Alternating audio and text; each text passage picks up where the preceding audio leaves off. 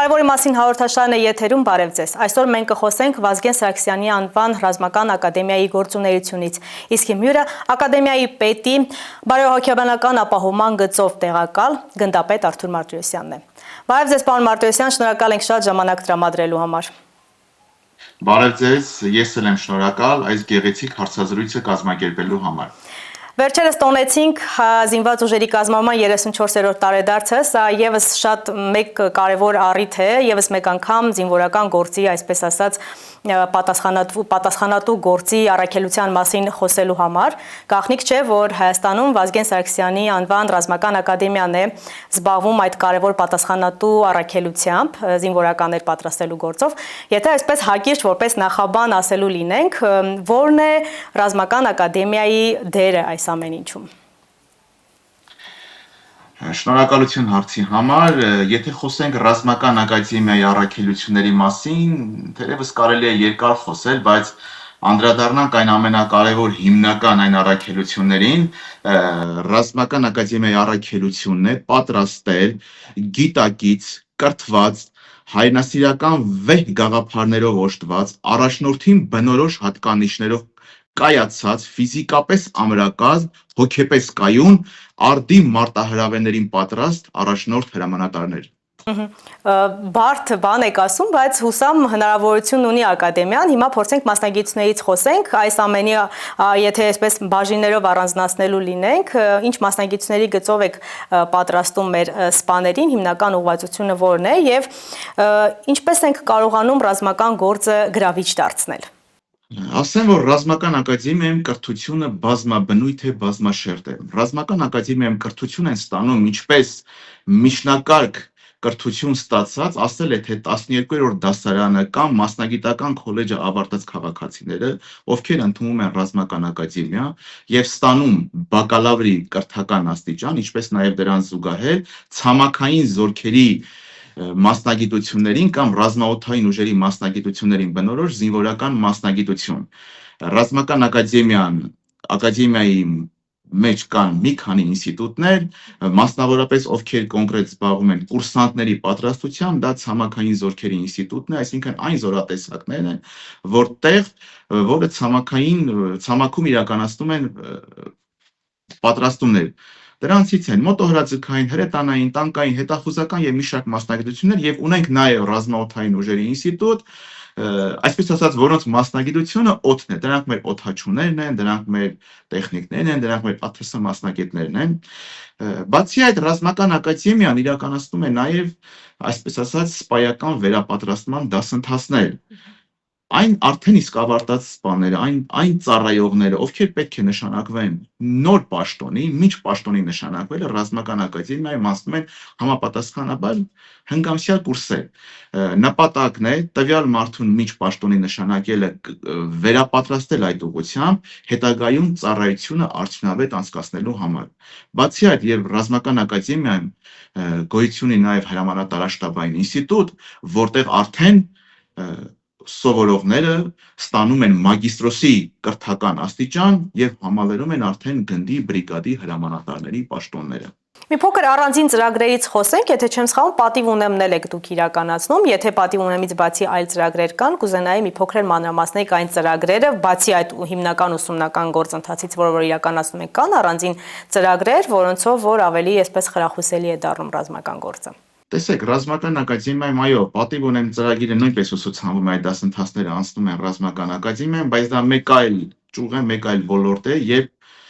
քաղաքացին իր քաղաքացիական կրթությանը զուգահեռ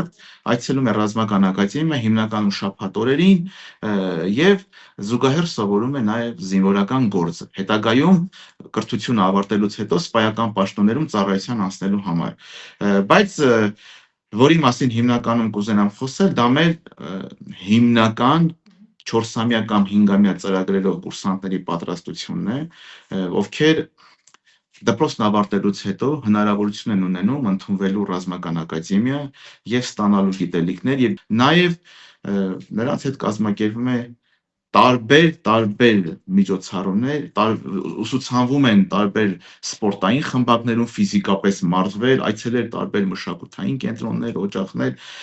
Մի խոսքով, այստեղ շատ կարևոր է ոչ միայն կրթական առումով քաղաքացու պատրաստվածությունը, այլ նաև նրա ֆիզիկապես ուժեղ լինելը, հայ մշակութային արժեքներին տիրապետելը, մի խոսքով ավարտելուց հետո, որպեսզի տվյալ քաղաքացին ապագա սպան արդեն լինի բոլոր առումներով զարգացած։ Արտոնություններից խոսենք, ապագա սպաների, ինչ արտոնություններ ունեն ռազմական ակադեմիան ավարտողները։ Տեսեք, վերջին տարիներին ռազմական ակադեմիայում Հայաստանի Հանրապետության կառավարությունը բազմաթիվ արտոնություններ սահմանեց ակադեմիա ընդունվող սովորող կուրսանտների համար։ Շատ են արտոնությունները, բայց որի մասին որ հիմնականում կուզենամ խոսեմ, մեծ խթան հանդիսացավ այդ արտոնությունները, որը նաև նպաստեց կուրսանտների թվի էական աճին, որը բարձրացավ շատ անգամ։ Ինչ արտոնությունների մասին կարելի ամենակարևորը խոսել։ Նախ առաջինը խոսենք այն մասին, որ ռազմական ակադեմիայում կրթությունը խթանելու համար սահմանվեց բարձր կրթաթոշակ։ Այսինքն այսօր ռազմական ակադեմիայի կուրսանտը ըստ կուրսերի եւ ըստ առաջադիմության գործակիցների համագումարի կարող է եւ ստանում է այնքան կրթաթոշակ, որ կրթաթոշակը ոչ միայն բավականացնում է իրեն, եւ նույնիսկ կարողանում է ինքը իր կրթաթոշակով նաեւ իր ընտանիքի անդամներին ինչ որ դրամական օգնություն ցույց տալ։ Կուրսանտը ստանում է մինչև 175,000 դրամ կրթաթոշակ։ Եվ եթե արձանագրենք այն փաստը, որ ռազմական ակադեմիայում կրթությունը, բոլոր այդ խմբակները, բոլոր մշակութային օջախներ այցելելը կատարվում է բացարձակ անվճար, կեցավայրը, ապրելը, սնունդը, միջքաղաքային տրանսպորտը անվճար է, եւ դրան գումարած, եթե կուրսանտը լավ սովորում է եւ ստանում է այդքան կրթաթոշակ, կուրսանտը իր ծառայությամբ, իր սովորելով, իր ծնողի վրա որևէ ֆինանսական, այսպես ասած, բեռ չի դնում։ Ծնողը չի մտածում որևէ հարցում իր զավակի համար ինչ որ մի բան կարողանա անել, եթե ոչ հակառակը, արդեն ասեցի։ Ինչ կարևոր արտոնություններից մեկը, երբ ավարտում է ռազմական ակադեմիայում սովորող կուրսանտները, երբ ավարտում են եւ այս տարվա ավարտողների համար արդեն իսկ առաջին ծրագիրը կկիրառվի, կապահովեն բնակարանով, որը շատ կարևոր քայլ ենք նաև համարում, որ ինչու, որովհետև այդ մեր քաղաքացին, կուրսանտը, որ ավարտելով արդեն ստանա սպայական աստիճան, սպայական կոչում եւ անցնի ծառայության զինված ուժերում, ապահովված կլինի բնակարանով, որը այսօրվա ընդհանրապես մարդու համար շատ կարևոր պայման է, վաղը ինքը ազատորեն կարող է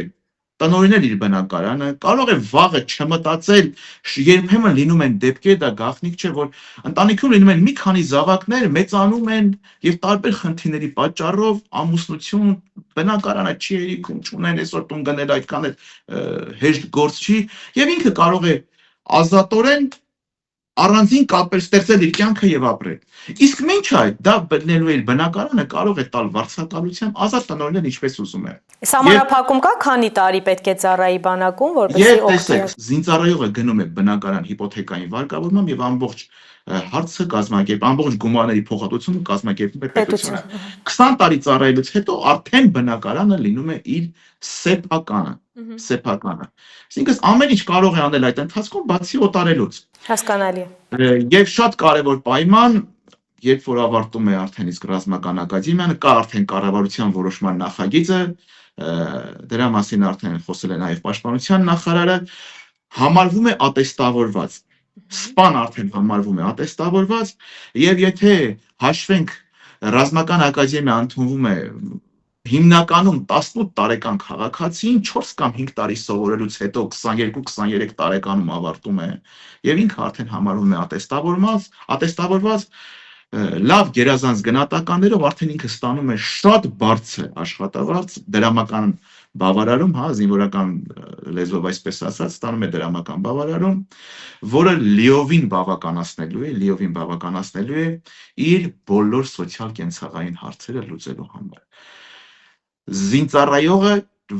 վաղը չի մտածելու այնպիսի հարցերի մասին, որ ինքը չի կարողանալու հոգալ իր սոցիալական ծախսերը, ընտանեկան հարցերը եւ ծառայությունը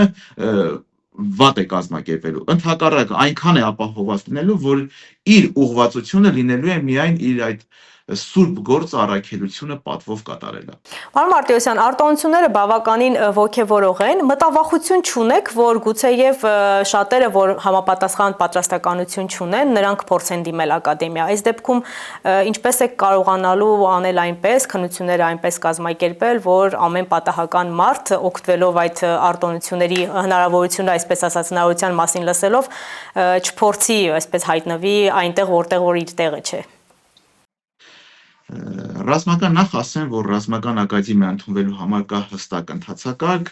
եթե խոսեցինք նաև ներկայացնեմ այդ ռազմական ակադեմիան կարող եք այդ հարցն էլ արդեն ասել, ով կարող է դիմել ձեզ, միացնենք իրար հարցը եւ ամբողջական պատասխան ստանանք։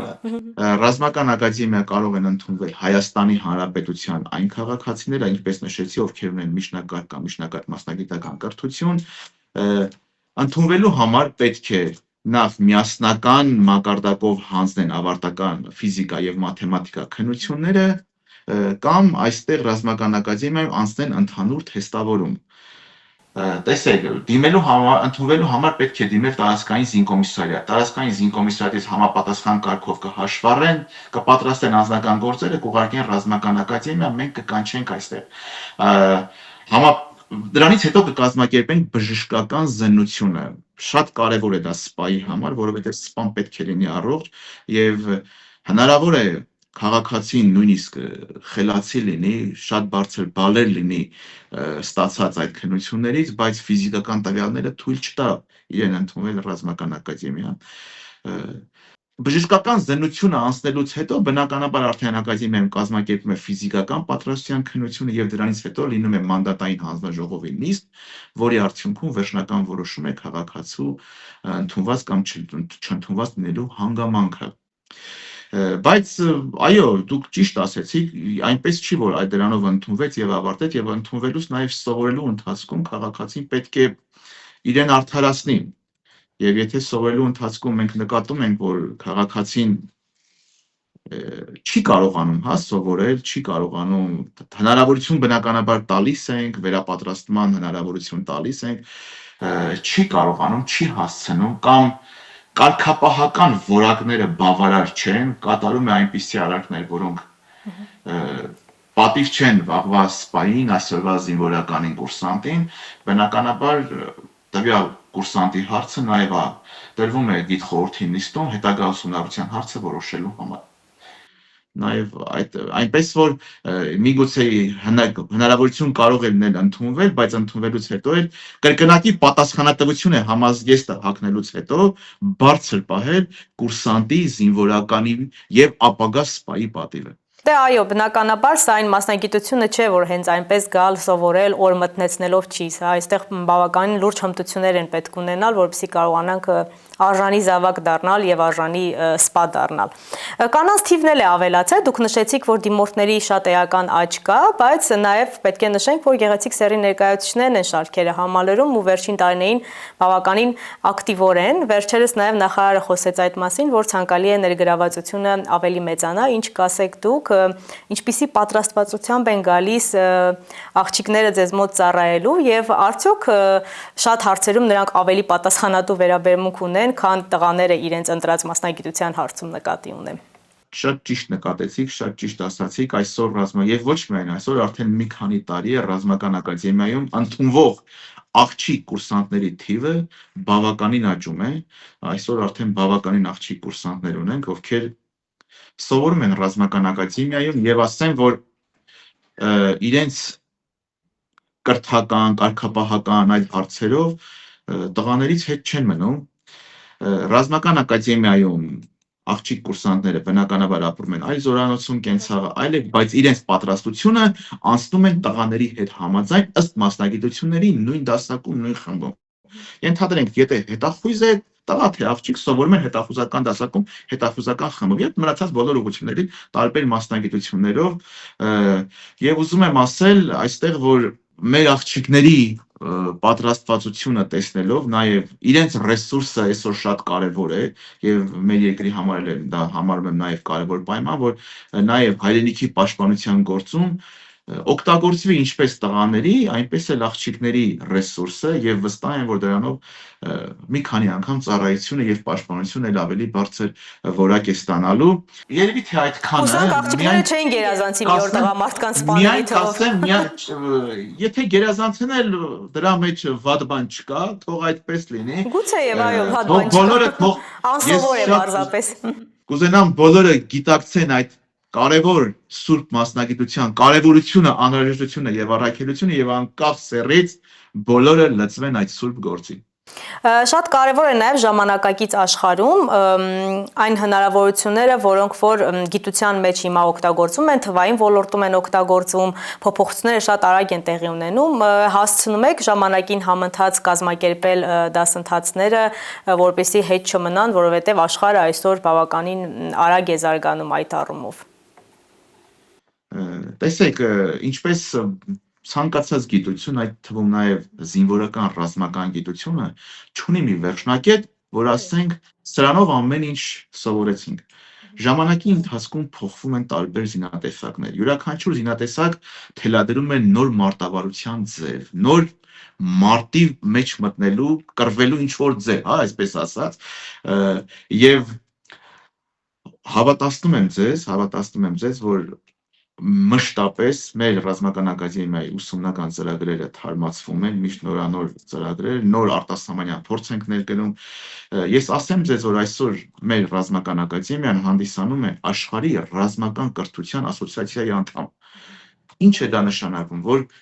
ունենք փոխգործողություն մնացած բոլոր երկրների, ինչպիսիք են չգիտեմ,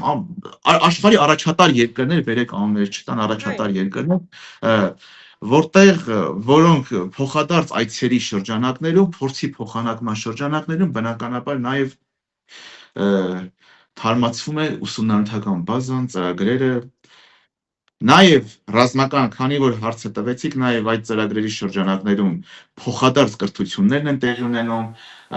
Այո, իմ հաջորդ հարցին պատասխանեցիք, ես ուզում եմ արտասահմանի հնարավորությունները ներկայացնեիք, արտասահման ուսանելու։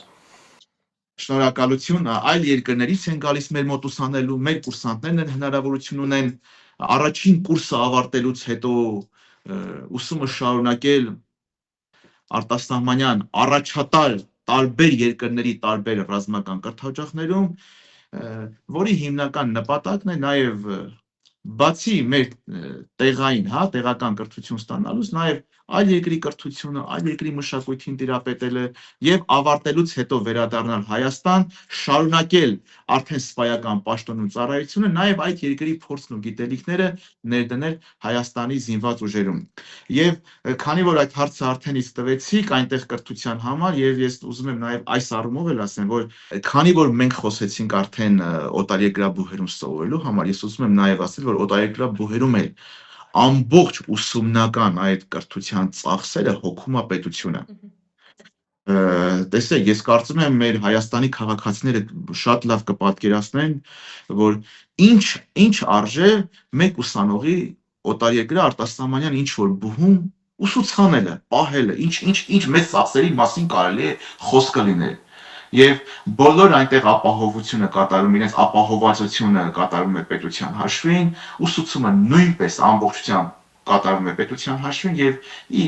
կուրսանտի կամ կուրսանտի ծնողի վրա որևէ ֆինանսական խնդիր չի դրվում եւ ավարտելուց հետո վերադառնում է Հայաստան ընդհանուր հիմունքներով շարունակում իր ծառայությունը, ինչպես այստեղ ավարտող մեր կուրսանտները։ Վերադառնալը պարտադիր նախապայման է, չէ՞։ Իհարկե, պարտադիր, ինչպես կարող է չվերադառնալ։ Դպրոցականների շրջանում, այն մարդկանց շրջանում, ովքեր որ ցանկանում են զինվորական դառնալ, մասնագիտական կողմնորոշման առումով ինչ քաղաքականություն եք որդեգրել, եւ արդյոք, եթե այսպես փորձել եք վիճակագրություն անել, որ տարածաշրջաններում են զինվորական գործի հանդեպ հատկապես դպրոցականները մեծ հետաքրքրություն ցուցաբերում։ Ռազմական ակադեմիան արդեն 2 տարի, իհարկե պաշտպանության նախարարությունն է կազմակերպում, արդեն ունենք մի ծրագիր, արդեն 2-րդ տարին է, եւ հնարավորությունն է Հայաստանի մարզերի, բոլոր մարզերի, ընդհանուր հեռավոր մարզերի բոլոր ավագ բարձր դասանի աշակերտները այցելում են ռազմական ակադեմիա,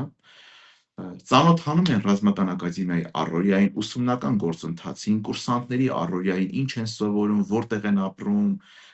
բոլոր այն պայմաններին եւ ինչն է այս ամենի նպատակը, որպեսզի մեր աշակերտները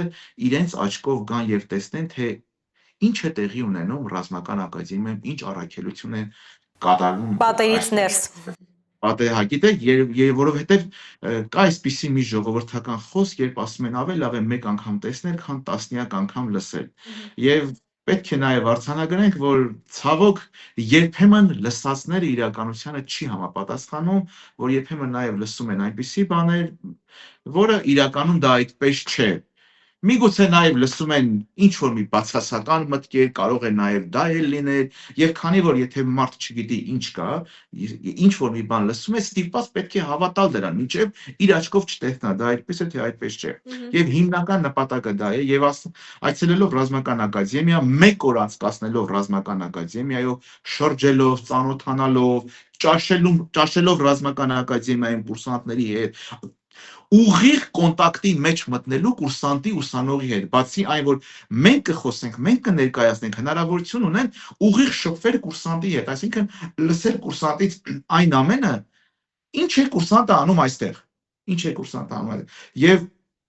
երբ որ արդեն օրվա վերջում ամփոփում ենք, եկած խմբի հետ, երևում է այն ոգևորությունն ու այն բոցավառված հայացքները, որ մարդկանց մոտ արդեն առաջանում է այդ կայծը, որ մարդիկ պետք է գան եւ սովորեն ռազմական ակադեմիա։ Եթե այսպիսի մի մոտավոր եմ ասում, թվեր հնչեցնենք, եւ ոչ միայն մարզերի, նաեւ Երևանի ռազմական ակադեմիայի դռները բաց են լինում բոլոր դպրոցականների համար, բոլոր այն մարդկանց առաջ, ովքեր հետաքրքրված են ռազմական կրթությամբ եւ ցանկանում են մի բան տեսնել, սովորել եւ վաղը իրենց այդ սովորածը նույնպես ավելի խորացնել, ընդունվել ռազմական ակադեմիա, մենք տարիների ընթացքում, ամեն տարվա ընթացքում հազարավոր, մի քանի հազարավոր դպրոցականներ ենք ընդունում ռազմական ակադեմիա։ Եվ բացի դրանից, եթե չեմ սխալվում, դուք էլ եք անձամբ ձեր կազմն էլ է այցելում դպրոցներ, խոսում պատանիների հետ։ Շատ ճիշտ նկատեցիք, երբեմն հաշվի առնելով նաև այն հանգամանքը, որ բոլորին հնարավոր չի լինի բերել ռազմական ակադեմիա, նաև ռազմական ակադեմիայի ղեկավարությունը կազմակերպում է այցեր մարզեր, հանդիպում է ոչ միայն աշակերտների հետ, ոչ միայն դպրոցի ուսուցիչների հետ, այլև նաև ծնողների հետ, աշակերտների ծնողների հետ եւ ներկայացնում են այն ամենը, որը որ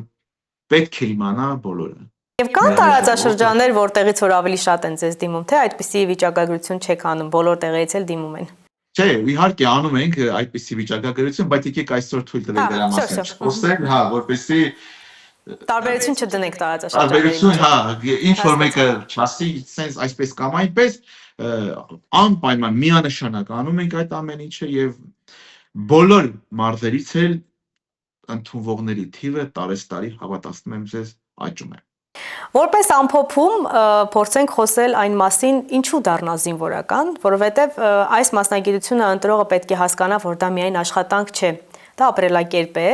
եւ պետք է ընտանիքով, հարազատներով բոլորը պետք է այդ ապրելակերպի մասնակիցը դառնան եւ ինչպիսի պատրաստվածությամբ աղջիկներն ու տղաները կարող են ձեզ դիմել եւ հաջողել այն գործում, այն առաքելությունում, որը կընտրեն ամբողջ կյանքի համար։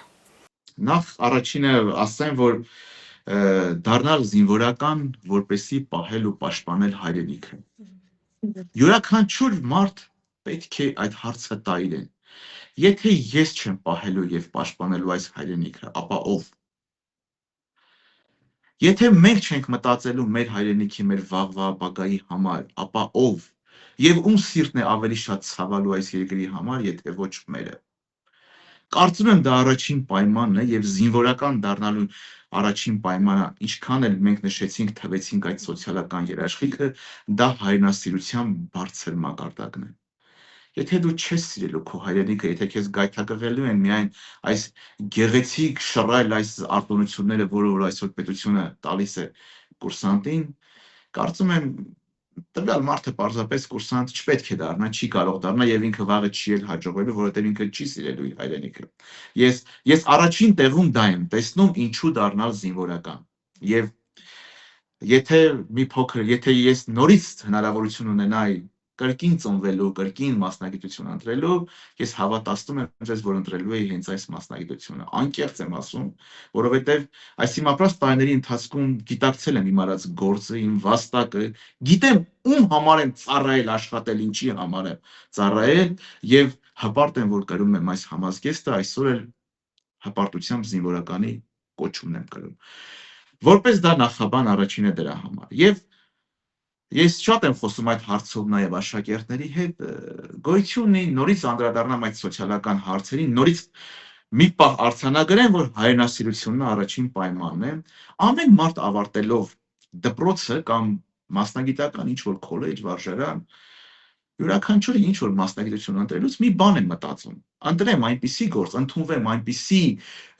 մասնագիտություն սովորեմ, վաղ անցնեմ այնպիսի աշխատանքի, որ լավ ապրեմ։ Դա բոլոր մարդիկ են ուզում, դա սոցիալական պահանջ է։ Դա նորմալ ամբողջ աշխարհում է Բոլոր այդպես։ մարդիկ ուզում են, այո, ուզում են։ Այսօր նայեք այն մարդ, ովքեր ընդունվելու է եւ դառնալու է զինվորական, իր ապագան արդեն իսկ խոստումնալից է, պատկերացնում եք, այսինքն խոսեցի ինքը ապահովված է լինելու ամեն ինչ, ես չխոսեցի նաև այն բժշկական ապահովության մասին, որ այսօր նաև պաշտպանության նախարարությունը նաև դա է կազմակերպում անվճար, խոսքը ընթացիկ բուժ ստուգումների թերապևտիկ միայն հարցերի մասին չեմ խոսում, դա կարող է նաև արժեքավոր վիրահատական միջամտությունների մասին խոսք լինել, որը կատարում է նաև պետության հաշվին, եւ այսինքն եթե դառնալ զինվորական, պաշտպանել հայրենիքը, ապահովված լինել ամեն ինչով, սոցիալ կենցաղային պայմաններով, բնակարանով, ստանալ բարձր դրամական աշխատավարձ, ստեղծել գեղեցիկ ընտանիք եւ շենացնել Հայաստանի Հանրապետությունը։ Կարծում եմ Այո, դրան էլ դրա համար գումարած արժե դառնալ զինվորական։ Այո, լինել ֆիզիկապես ամուր, կոփված, հոգեպես ամենակարևորը կայուն, ամենագլխավորներից մեկը նաև դա է։ Շնորհակալ եմ շատ, պարոն Մարտիրոսյան, մեզ ժամանակ տրամադրելու համար։ Կարևորի մասին հաղորդաշարն էր եթերում, այսօր մենք խոսեցինք Վազգեն Սարգսյանի անվան ռազմական ակադեմիայի գործունեությունից, իսկ իմ հյուրը ակադեմիայի պետի բարոյահոգեբանական ապահովման գծով տեղակալ գնդապետ Արտուր Մարտիրոսյանն էր։ Հաջողություն։